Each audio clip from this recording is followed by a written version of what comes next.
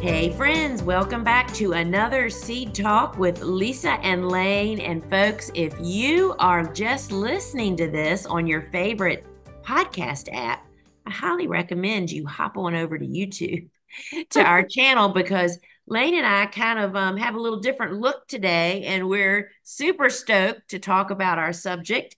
And we invite you to come on over and have a look-see. Hey, Yes. Layne.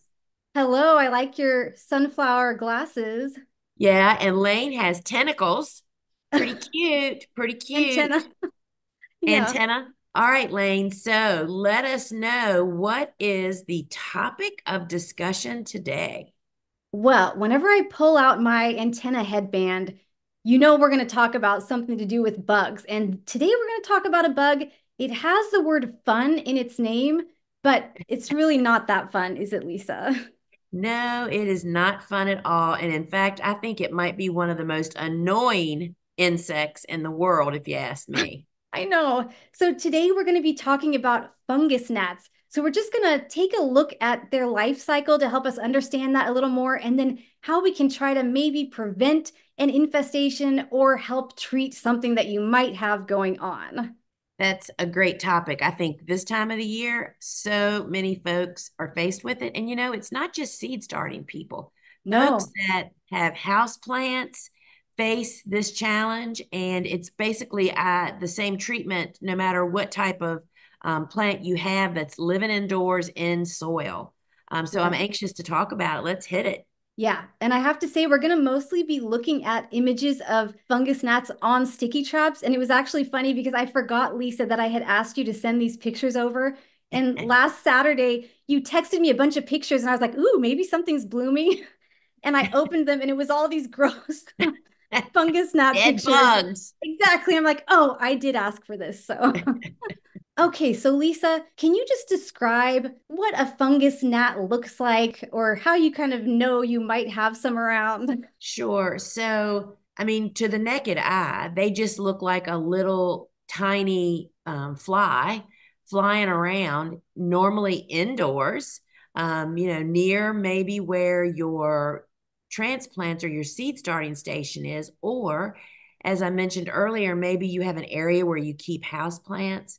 And then sometimes when you get that infestation, you'll even see them maybe in your kitchen if you have fruits and vegetables sitting out on your counter. So that's the sign that you've waited too long, kind of like you've lost a little battle already, and it's time to really get serious about taking care of fungus gnats, because when you see them flying around, that's time to really get busy doing something.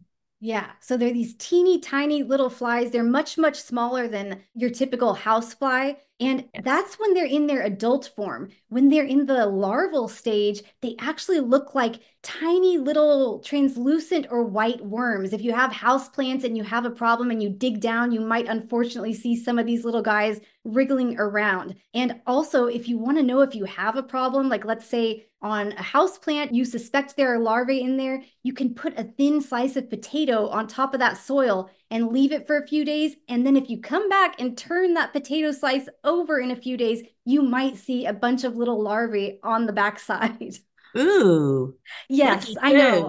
you. Yeah. That's something I'm not going to be doing, but that is a way you could try to trap some and then remove them. All right, so now I wanted to just talk about their life cycle and their lifespan just a little bit. And I just want to say that when I was looking up these numbers, I saw slight variations depending on the source that I was drawing from. So I'm going with some numbers that were from an NC State Extension article just to give us an idea of the life cycle. So, first of all, the eggs hatch in around 4 to 6 days. Then the larvae feed for around 2 weeks, 12 to 14 days. Mm. Then they enter their pupal stage for 5 to 6 days, and then the adults emerge and live for around a week or so. So basically, in summary, they complete their entire life cycle in around 4 weeks. And there's about a 3 week time period from the time the egg is laid to the time they emerge as adults. And I also Wow. just wanted to say that temperature and environmental factors can affect how quickly they actually complete that life cycle and how fast you get that next generation of gnats. And that explains a lot, right? I mean, understanding the life cycle of any pest or even a beneficial insect that you're trying to encourage.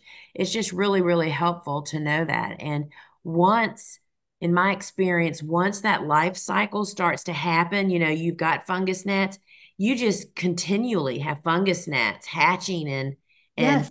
jetting off and just flying around your grow area. And it quickly gets out of control. Yeah. And like you said, you might have multiple stages of gnats at the same time. So you might have some adults, some are larvae, some are in that Yep. pupal stage. And the hotter it is, the more quickly they actually move through that life cycle, by the way. Although Yeah, I think, great. yeah, exactly. And sometimes I do think it can seem like it's worse in the wintertime, especially for people that have house plants, because those plants aren't using up as much water in the cooler temperature. And we're going to learn that fungus gnats really enjoy moist soil conditions. So sometimes it can seem like in the winter they might be a little worse. It might just be because your plants aren't drying out quite as quickly.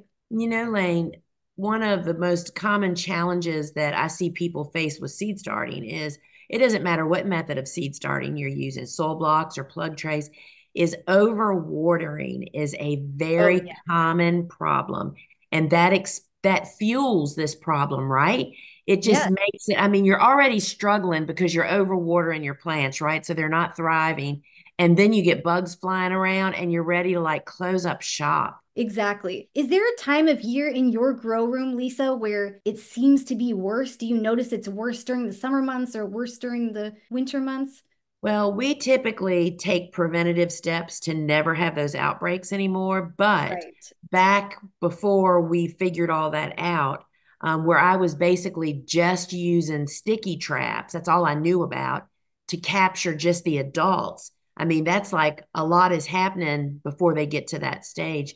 I will definitely say in the heat of the summer I mean, July and August is what comes to mind when we are just have so many transplants and it's hot in our grow room. And yeah, there was definitely the height of their season. Yeah. And it makes sense now that we know with that life cycle that they do move quicker through that when it's warmer. Right. Okay, so now I wanted to talk about what they eat at various stages of their life cycle. So the adults, they're just more of a nuisance. They're not really eating much, they're not doing much damage. They mostly just drink water or they might drink some flower nectar. But they do, of course, lay eggs in soil, which is the main Problem. downfall of those, yeah, right, of the adults.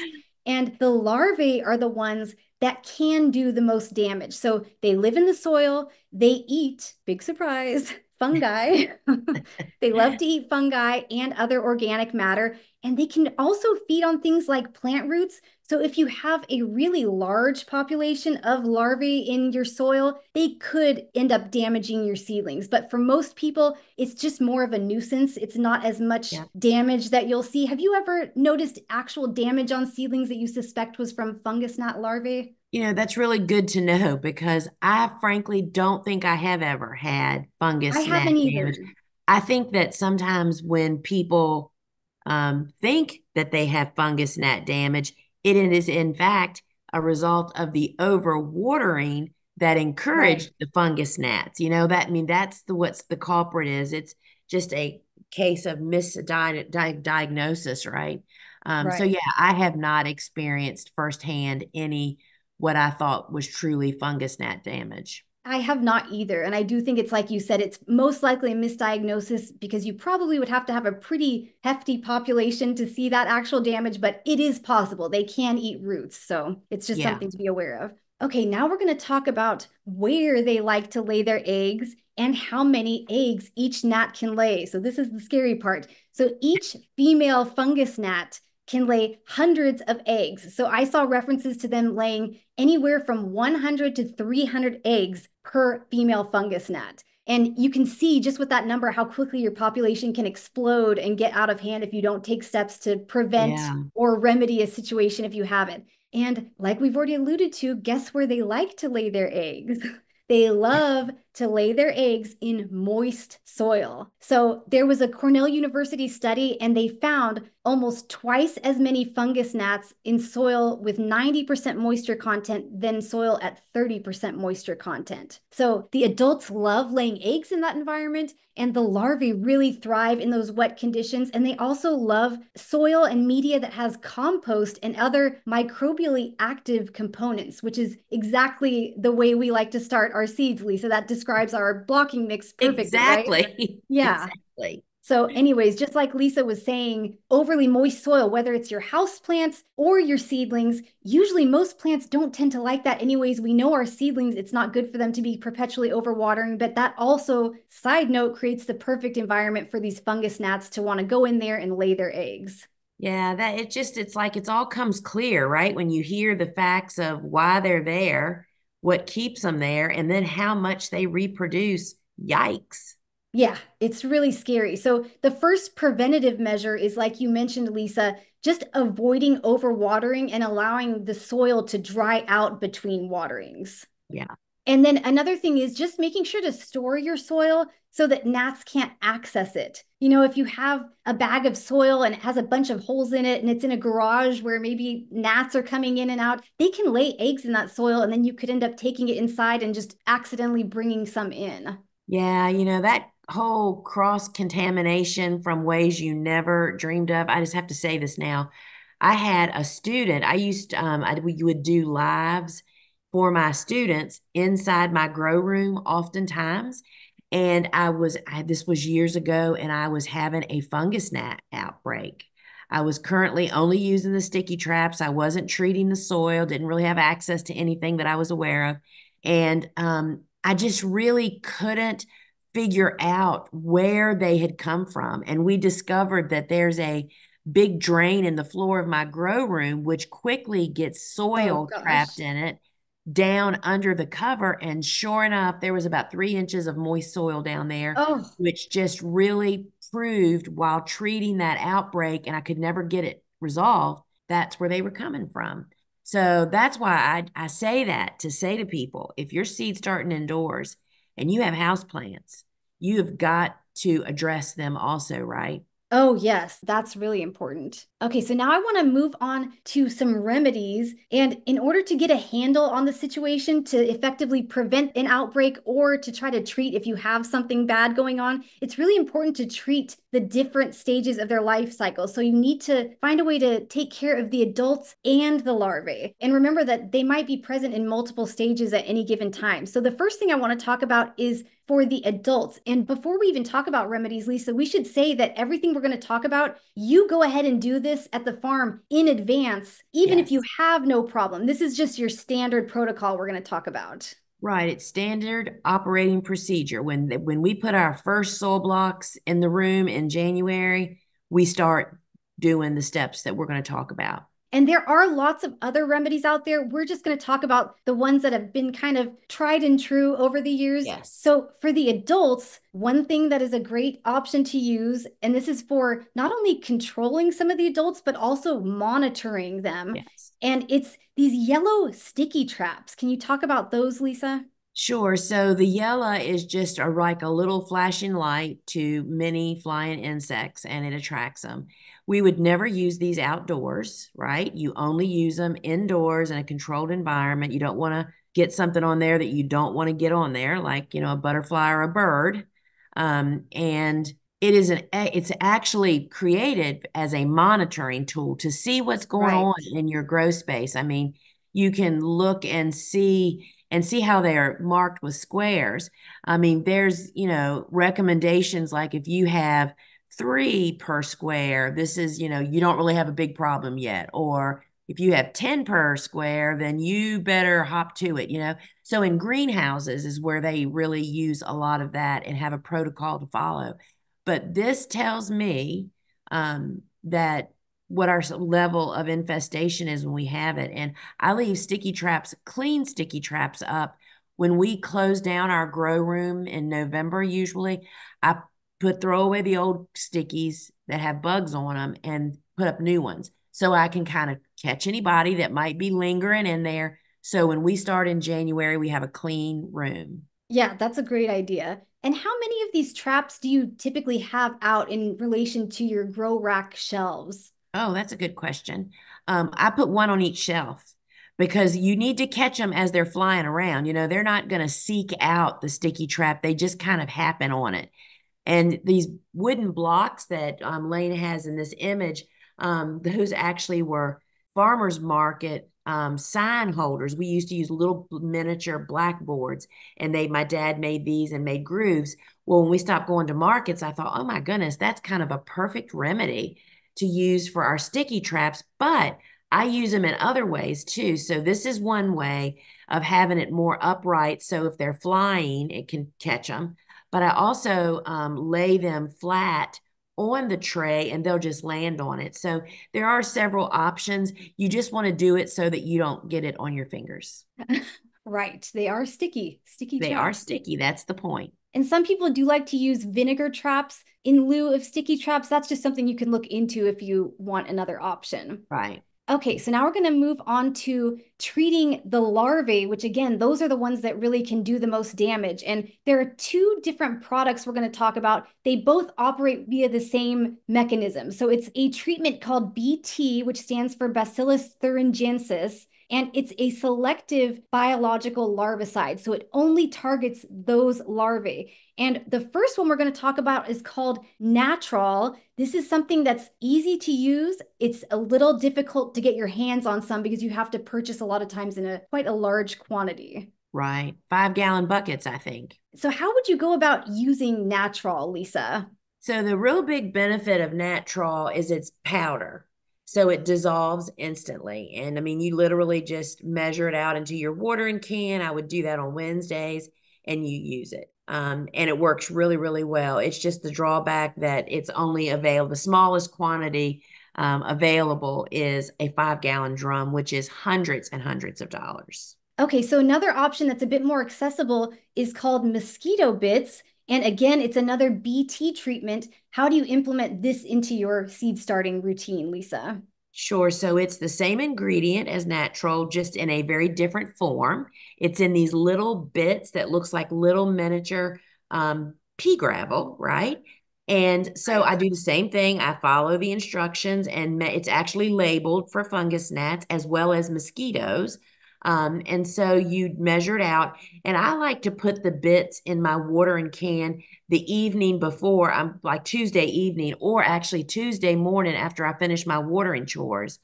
I fill the watering can up and put the bits in it and let them sit overnight. And they don't break completely down. There'll be some floating. I just pour it into my tray and go on about my business. It's just an organic matter. But that works really, really well. Right. So you don't bother straining them out or anything. You just kind of pour them into your trays. Yeah, yeah. And I only do it once a week. And sometimes I try to be a little bit more deliberate. If there's a big clump of the bits floating on top, I'll try to scoop it out. But in general, I have not found it to be detrimental. To just because we're always in a hurry around here, right? We're looking for less steps, not more steps. And it works really fine I just pour it out of my watering can and a few bits get on a tray. That's okay.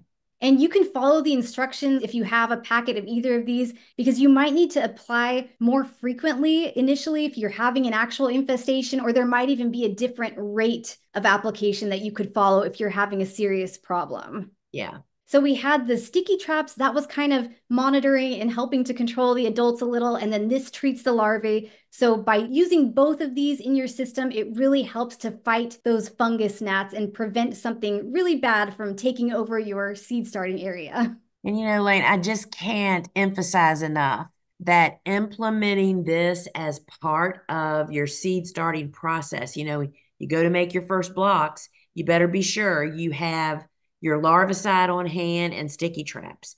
Sticky traps are already installed, right? Because I had them in there since November.